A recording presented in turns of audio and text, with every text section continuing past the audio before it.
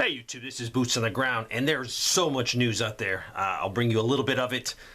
Let's get right into it. China has stopped publishing their data for their youth unemployment. This number has been going up for the last, I would say, a year or so. I've been watching it, and now they're at the point now where it's so high, they're not even releasing it to their public. You've probably been following what's happening with the immigration. I would call it an invasion. But the New York City Mayor, Eric Adams, is now telling illegals, do not come, look elsewhere, we are full. New York State must have this law, or it might just be the city, but it deals with having the right for shelter. So more than 81,000 migrants have come to New York, and there's so many, it has exhausted their resources. They're putting these people up in emergency shelters. Those are full. There's school gyms, churches, and they're definitely using every hotel, motel they can find. They have 176 emergency shelters in place right now. The guests, they have a law, 1981 consent decree, that says the city has an obligation to provide right to shelter. So they're asking the judge, I guess, to make this a little bit more lenient because they cannot take care of everyone. The city's paying $256 a night on average to shelter migrant families. This is a night. Some hotels, like the Holiday Inn Express in Brooklyn, are making upwards of $300 a night housing migrants. This does not include the cost of food, medical care, and social service. Add another $127 a day per migrant family. They are spending huge amounts of money. Why we have Americans in the streets hungry. We have vets that cannot get proper care. And they are spending so much money trying to shelter these people. If you have seen the Empire State Survey, it's a survey that they have conducted. Basically, it's new orders are plunging, and it means one thing: stagflation. This person sent in Boots on the Ground and said, I want to ask you to remind your viewers, the need for charity is getting greater every day. Today, after church, the blessing box at our church in Knoxville, Tennessee, was completely empty. The need is great. My wife's trying to keep it filled at every opportunity. But this is not just here, it's everywhere. So he's asking if you could help out, please help out. Be it a church, be it a homeless shelter, be it a food pantry, whatever you could do. IBM's chief CEO said that they were having a hiring pause in May. But to make it also worse, they have plans to lay off, replace 8,000 jobs with AI. So if you have a position that you feel AI can replace you, I would be dusting that resume off, maybe even looking into getting into another whole field. The trades are very important. Electric, plumbers, carpenters. We're short in our area, so you're probably short everywhere. Quality trades or craftsmen. They say the typical American household spends $700 more in July than it did 2 years ago to buy the same goods and services, and this is according to Moody. $209 more in July than the family had to spend 2 years ago. This is incredible. The biggest jump of this would be the housing costs, which have skyrocketed, but it's also grocery stores, insuring your vehicles, and maintaining your vehicles. Russia's central banks hiked its key interest rates up to 12% on Tuesday.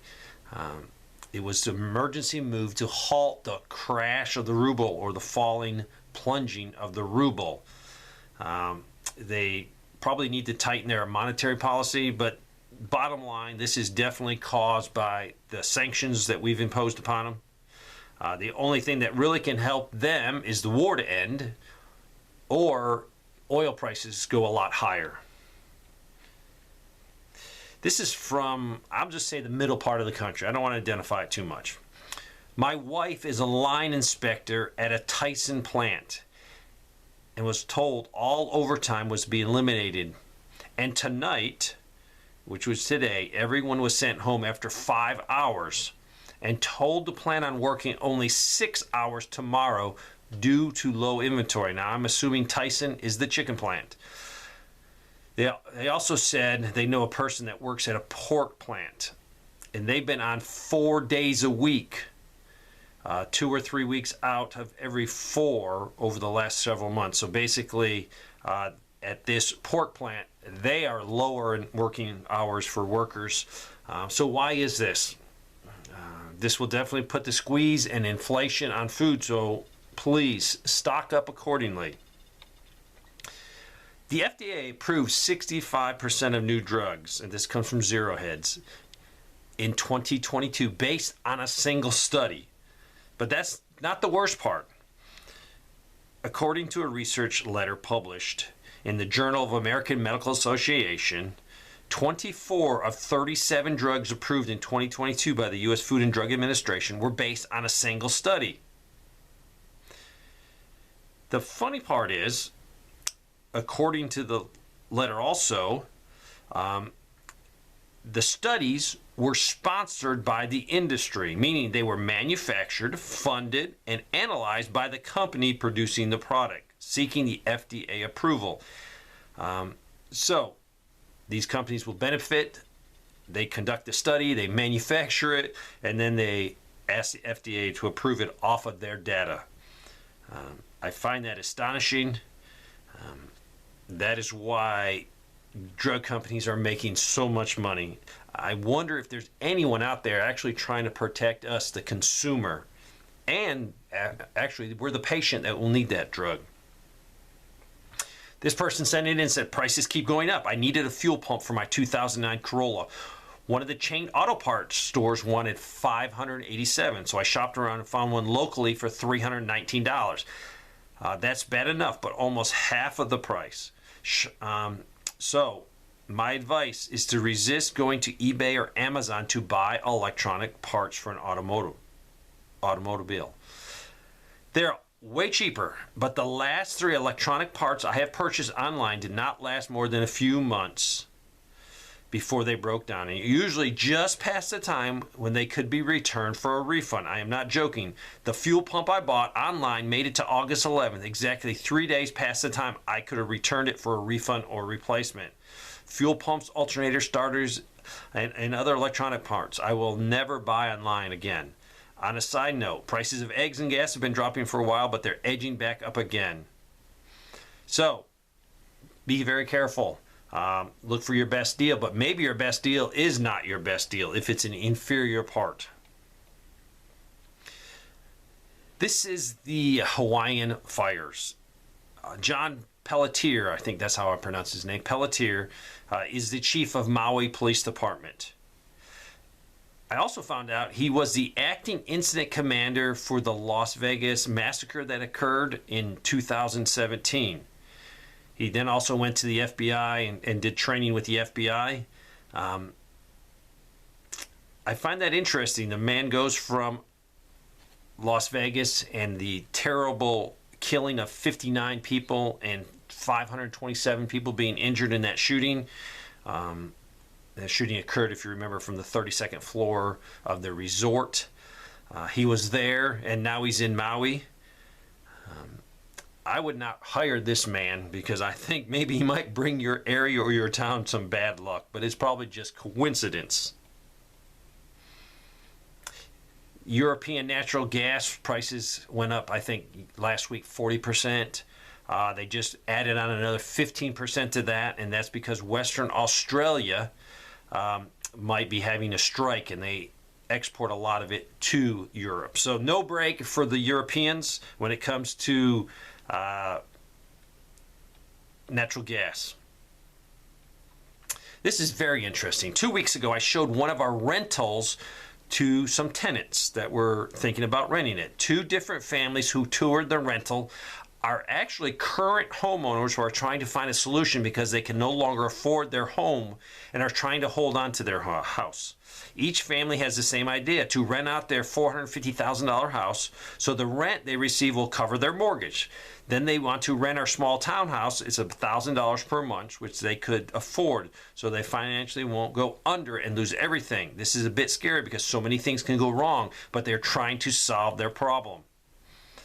We had prior homeowners rent from us who were in transitional phase due to moving or a divorce situation, but never in 22 years have we had homeowners renting our small townhouses to live in while they rented out their huge home to someone else to keep their heads above water. People may not see it, but this is a sign of economic collapse. They also said, I spoke with a landlord who owns property in or just outside of Detroit. She said that she and other landlords are skipping over qualified tenants who have the ability to pay rent. It is not a protected income state, and landlords are renting only to Section 8, people on assistance. The reason is because the laws in that part are not being enforced. The landlords are losing big time. They are renting to Section 8 because the program, which at least enforces rules, which in turn helps the landlord. It is the only protection a landlord can get because it won't come from a judge. This really hurts the tenants who have good credit, good jobs, and good references. These landlords won't take a chance because judges won't enforce the lease when things go bad.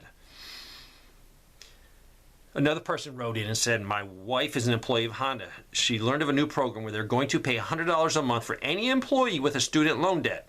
We feel this is more government corporate backdoor deal.